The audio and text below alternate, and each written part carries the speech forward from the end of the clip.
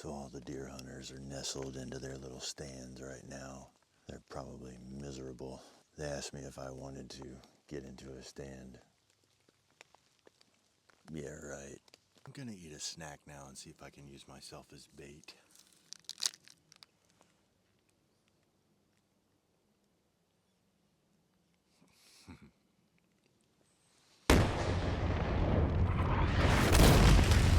Become a Survival Dispatch Insider. We bring together survival enthusiasts and preppers to share knowledge and skills, which means you can enhance your preparedness for emergencies and ensure the safety of your community. The results you'll get: improve your emergency preparedness by learning skills and strategies from experienced preppers. Build lasting connections with like-minded individuals to share your passion for safety and readiness. Access a wealth of knowledge and resources to assist you in protecting you and your community in certain situations. Go to survivaldispatch.com to get started. That's the absolute last place that I want to be right now. So here's the situation. Last night, a massive storm system came through. Thunder, lightning, heavy rain. Right now, there's a light drizzle. Perfect for still hunting. Now, the guys that I'm with, they're deer hunters, and they're pretty much all on the eastern and southern side of the property that we're on. I took off in the opposite direction. Right now is the perfect time to get out in the woods, mainly because of scent pooling. And I could never get into this area when it's dry. I would just be giving away my position. Right now, I can be really quiet. Now, one thing about this area is it is just eat up with predators. They estimate in the area that I'm in that there's 5,000 bears. There's hogs and coyotes. But the thing that has really got my interest right now is on a game camera. I saw the largest bobcat I've ever seen before. She is huge. Now, the reason that the guys asked me to come out here is because they know that I love predator hunting. And the problem is that these guys, they're all hunting prey. They like hunting deer and turkey and squirrels. The balance here is way off. Predators in this area, they're just decimating the prey. For guys that go and get in stands, that's like the worst thing that could happen. For one, it makes all the animals really skittish, because in this area there's a lot of pressure and it's not from humans. But right now, y'all are probably wondering what I'm doing. Before I go into any core area of an animal, I'll get on the outskirts of it, find a comfortable position. And what I'm doing is I'm looking, I'm listening, and I'm observing. I will typically do this for 15 to 30 minutes, because despite what you think, you're going into an animal's home. If somebody came in your home, you would know that somebody was there. Sometimes, if the animal that you're hunting is in the area that you're in, the big C, curiosity is what gets them. If you just start barreling through their territory, they'll view you as a threat.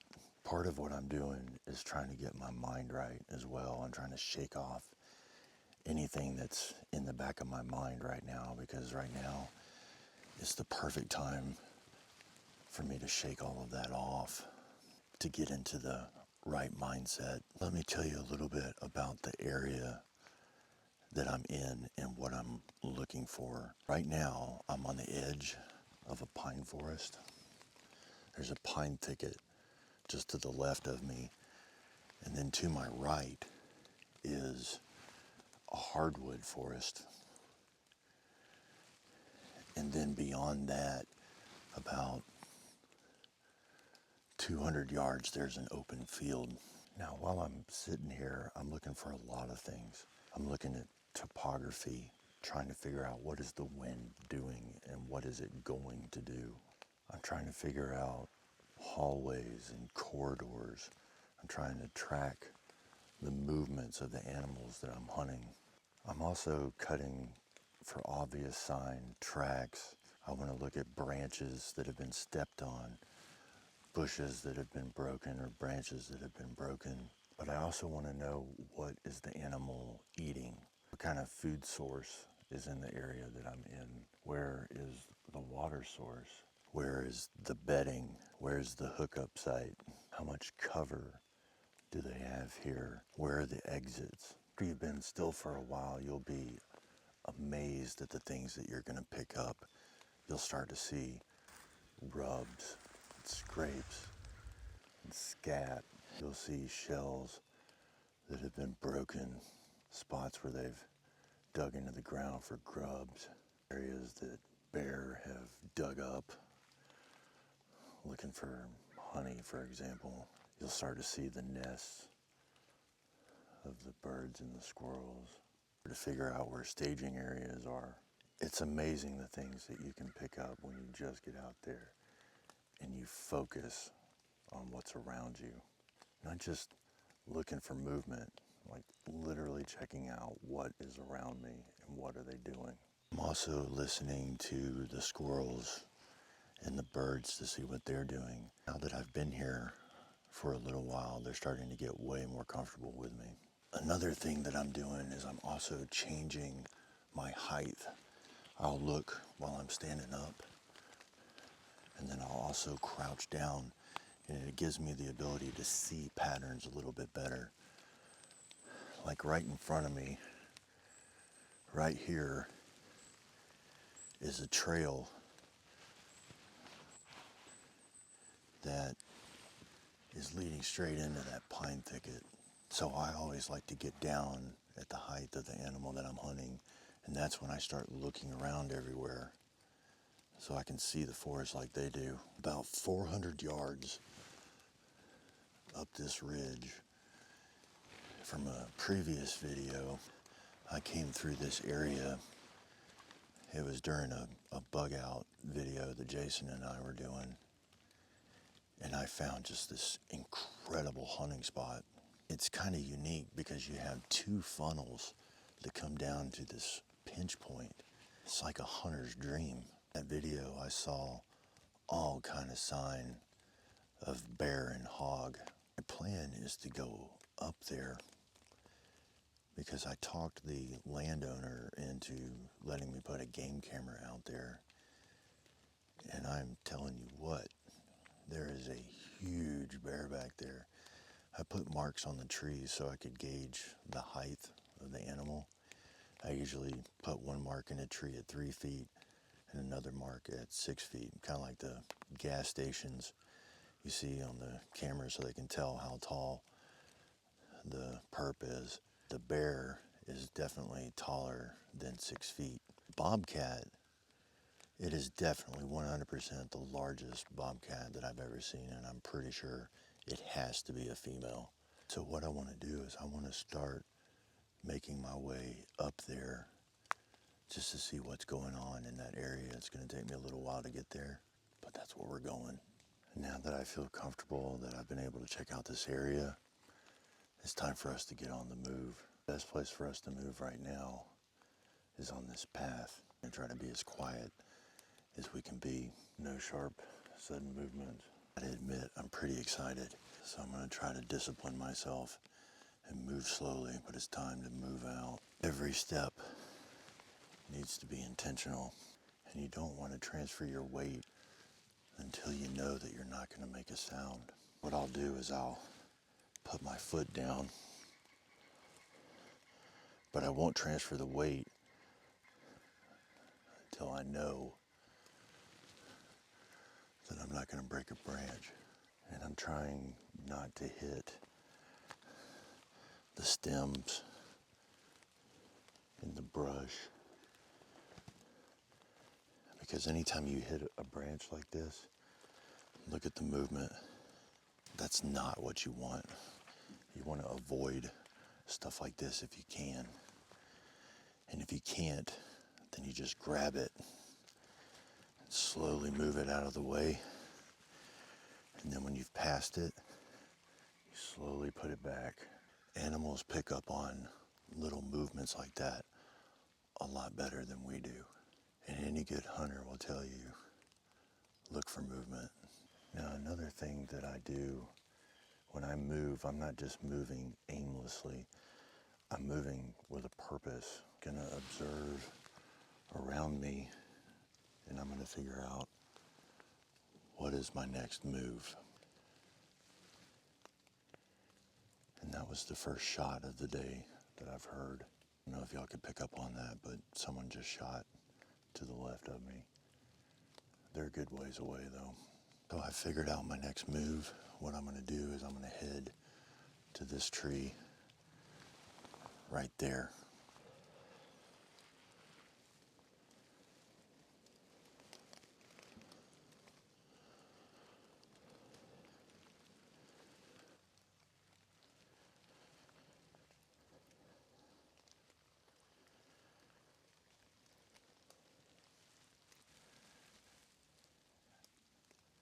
One thing that I love about the North Georgia mountains is all this ground cedar.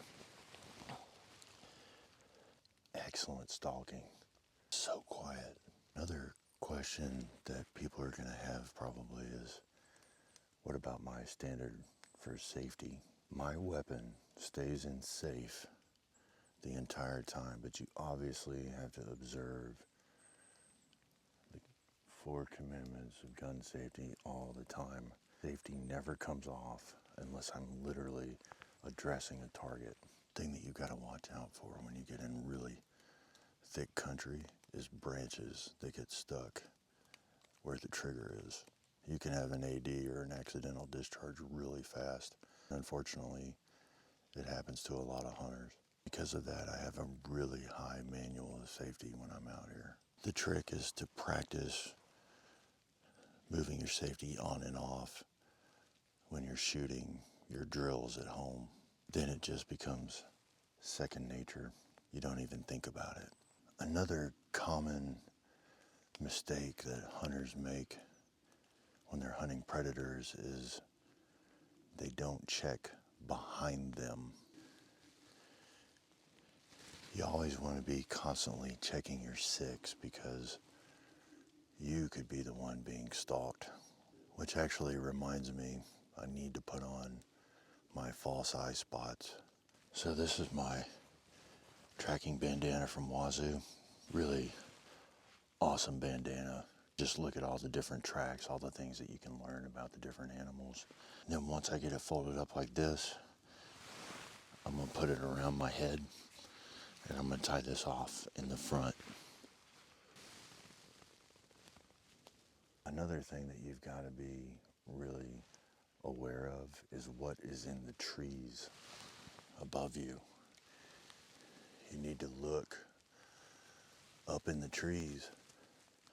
Don't forget about ambush predators. Now a lot of people are going to be wondering, like, where's your Gucci camo? You don't need Gucci camo to hunt. Your grandfather used to hunt in a red plaid Mackinac jacket, and he was slaying deer. Now he didn't know it, but that gave him an advantage. Now we have access to studying the rods and cones in different animal eyes. You can figure out how the animal that you are hunting sees. A lot of people don't know it, but if you're wearing synthetics, you actually glow to certain animals, like deer, for example. And a lot of the animals that you hunt, they can't see very well at all, like hogs. The animal that we're hunting right now has amazing vision.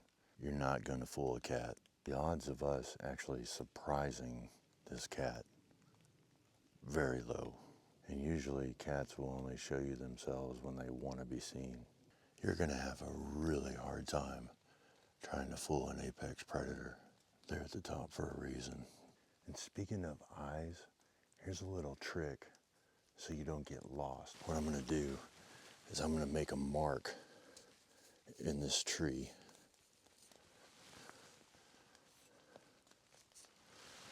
On this side, and then one on this side.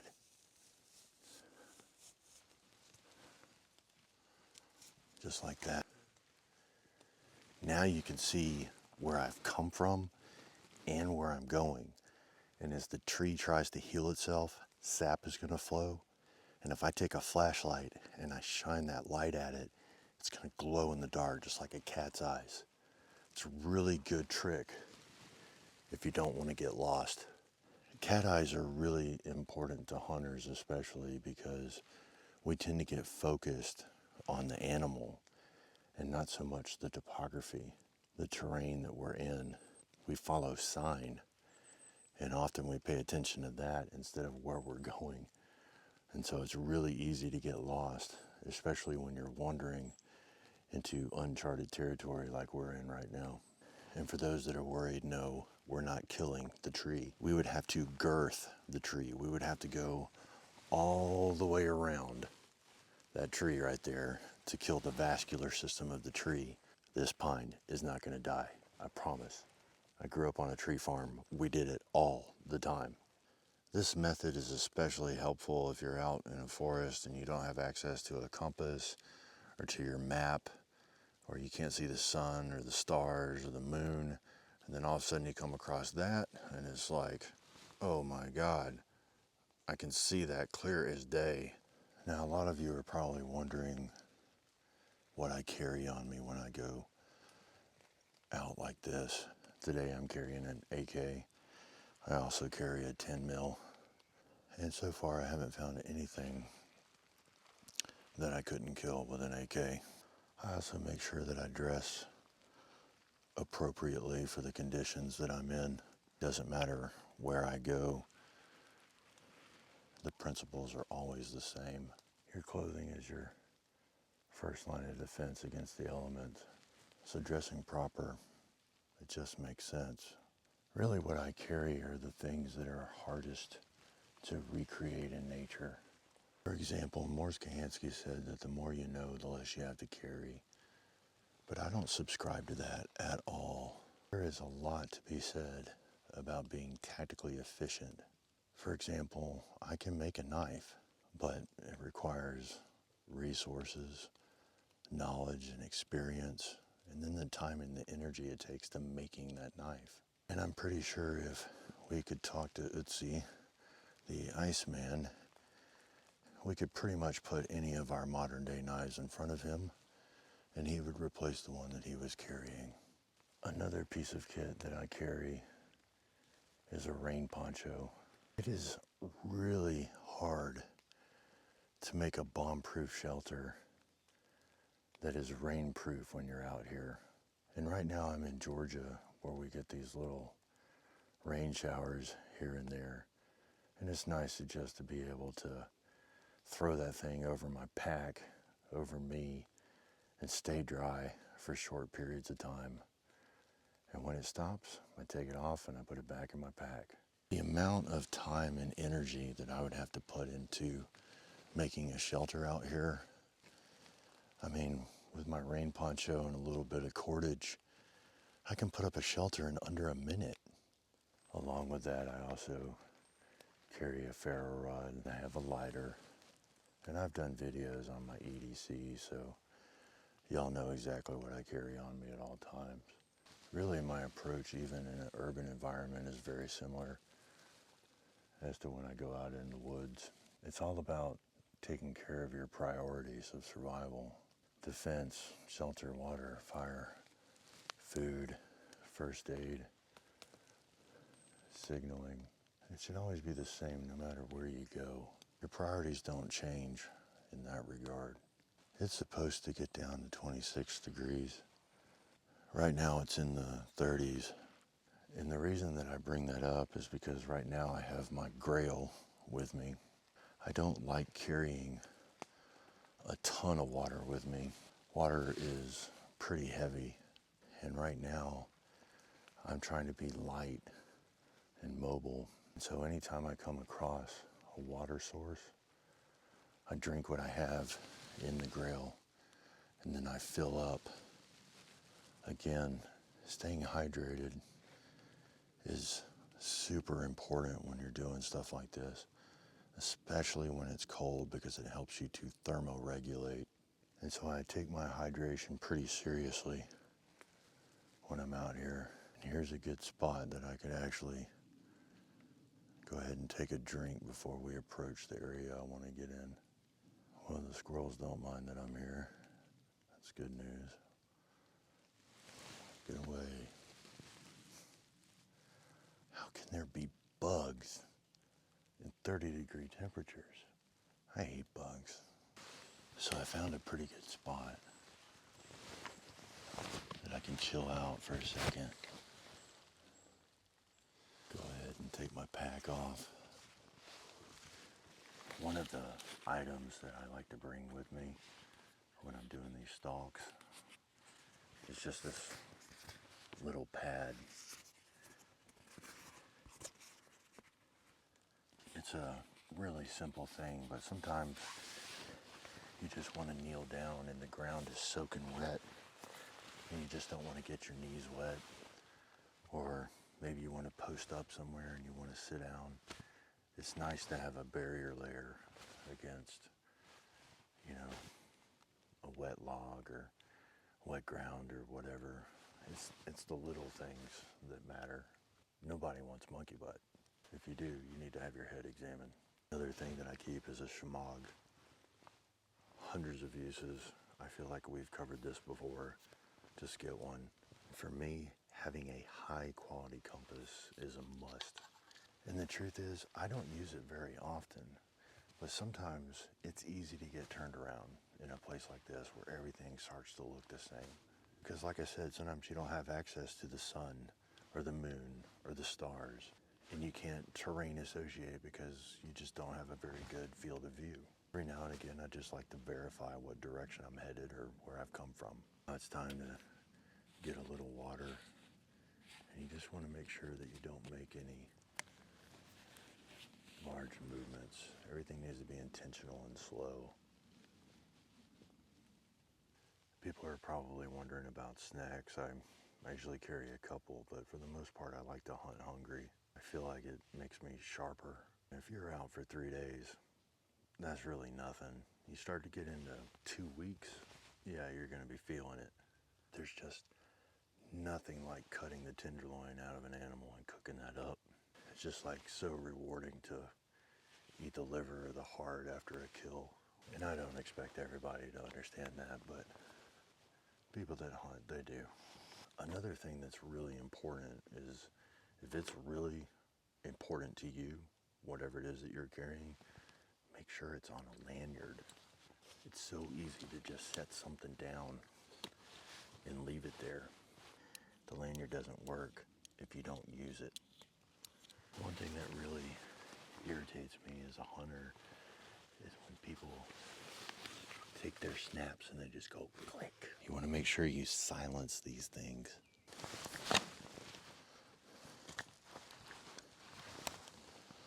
One of the pieces of kit that I don't hear people talk about very often that's actually really, really important to me is my dump pouch that I carry.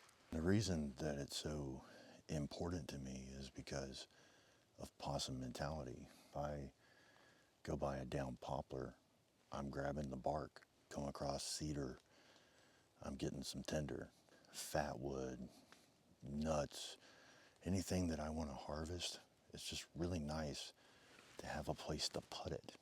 And inside of the dump pouch, I actually have a P&W Bushcraft stuff sack that is waterproof, that protects any potential fire-making material that I might get.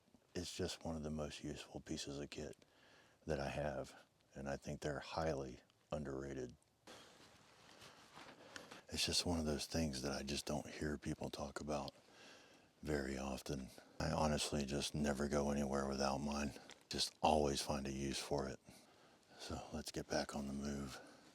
We've got about another 100 yards to go before we get to where I want to be. I'm going to check behind me.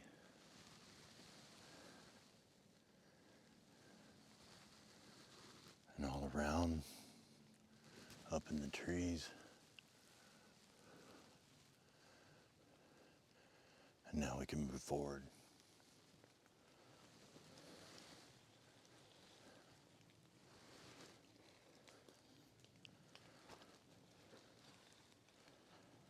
Oh, look at this. This is interesting.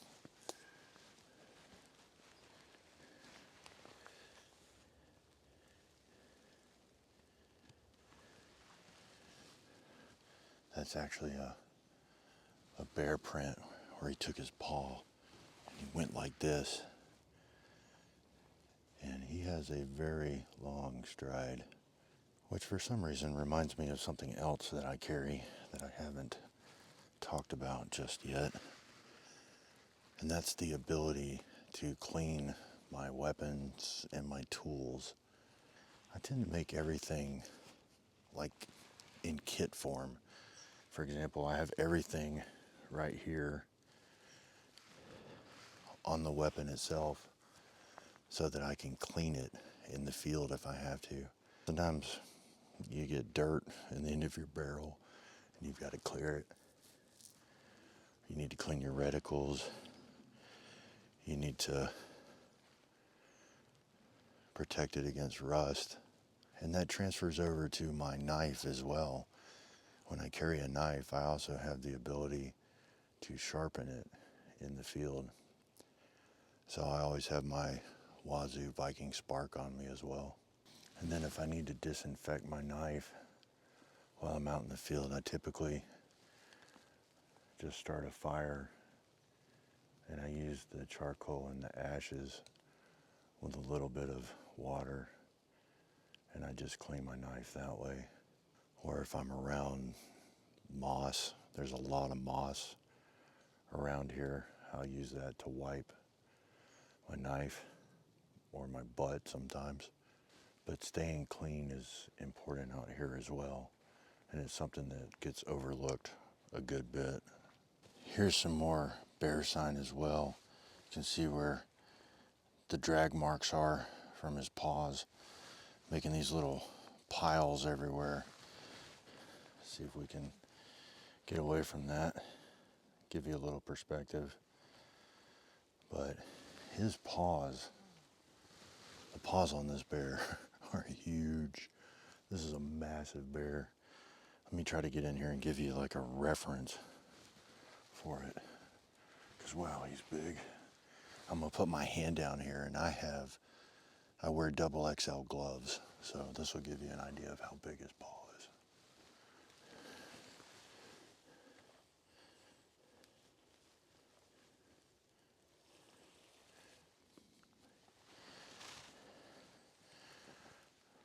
I mean, they're bigger than my hands, for sure. Make a good bear rug. Getting excited. Another thing that I'm seeing in this area is a lot of mushrooms that have been turned over just in this small area, looking for stuff to eat and not getting what they want. And like I said, we just had a massive rain. And so they're out there looking for mushrooms. Cat poo. I've never been so excited. I'd say we're in the right area. Now, another thing that I've noticed in here is there are a lot of squirrels and a lot of birds. And there's a lot of vantage points right here for a cat to be. And I'm also starting to see scratching posts as well. It's pretty wet, but the one behind me, right here, you can see there's scratch marks all over this tree. Some of them are fresh and some of them are old. Looks like this is just a regular place for the bears to go. I'm looking for a clawed up tree that, oh my God, there's one where the tree actually got knocked down. Let's go check that out. Okay, move slow. Move slow. So right there is one that was clawed up so bad he actually broke it. It's pretty gnarly. And now I'm starting to see bear scat along this trail as well. So the predators are using this area. Here's another tree that's been rubbed right here in front of us.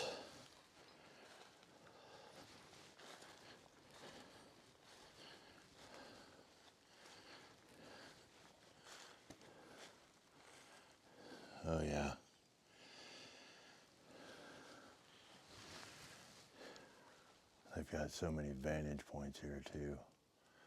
Just up above us, I know there's got to be beds in there, dens, etc. This is a perfect spot for a predator to be. Because if I was hunting prey, I'd get a height advantage right over there.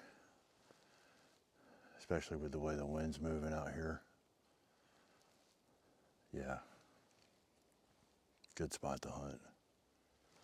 One thing that I have noticed out here is there is absolutely no sign of deer whatsoever. There's nothing. This is predator central. I'm starting to see fresh marks on trees too, which means I'm getting a little bit closer to an active area. There's a scratching post that's 3 to 4 feet off of the ground, indicating that that's the cat that I'm looking for. You can see the claw marks are a little bit smaller. I'm pretty sure that's from our bobcat. That's right here. I don't even know if I can show y'all because it's up on the hill, but right there is a scratching post that's recent, and the further in I get, the more fresh the sign is getting. It's starting to get a little bit more serious out here and more fresh. There's another one. I think it's time for me to put the camera down, guys. YouTube won't let me show you all the good stuff anyway. Look at all these tusk marks from hogs on these trees. That's pretty awesome.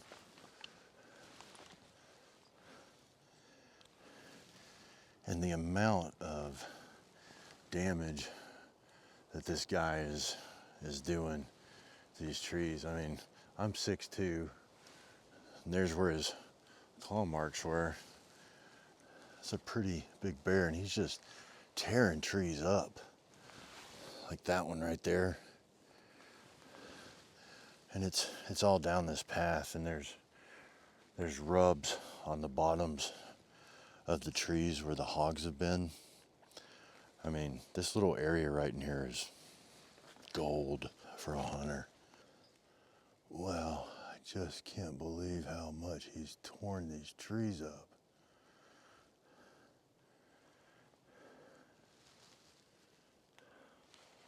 Oh, there's an area where one's been running up a tree. I don't know if y'all can see that. Let's see here if I can see that tree right there. There's claw marks all up and down that tree right there. And right there is another post from the bobcat. Man, I'm telling you, this area is rich. Oh, there's another one down there. Okay, all right. I'm starting to get into really fresh stuff now, and I'm getting a little excited. I cannot lie. It is time to put the camera down because I've got to start paying attention to what I'm doing, and I've got to start looking for a den. So I want to know, are y'all enjoying these kind of videos where you just kind of tag along with me out here in the woods, see what I see, think about what I'm thinking about?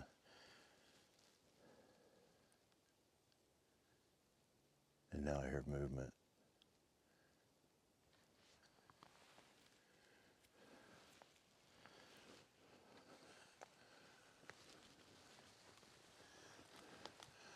Okay, y'all.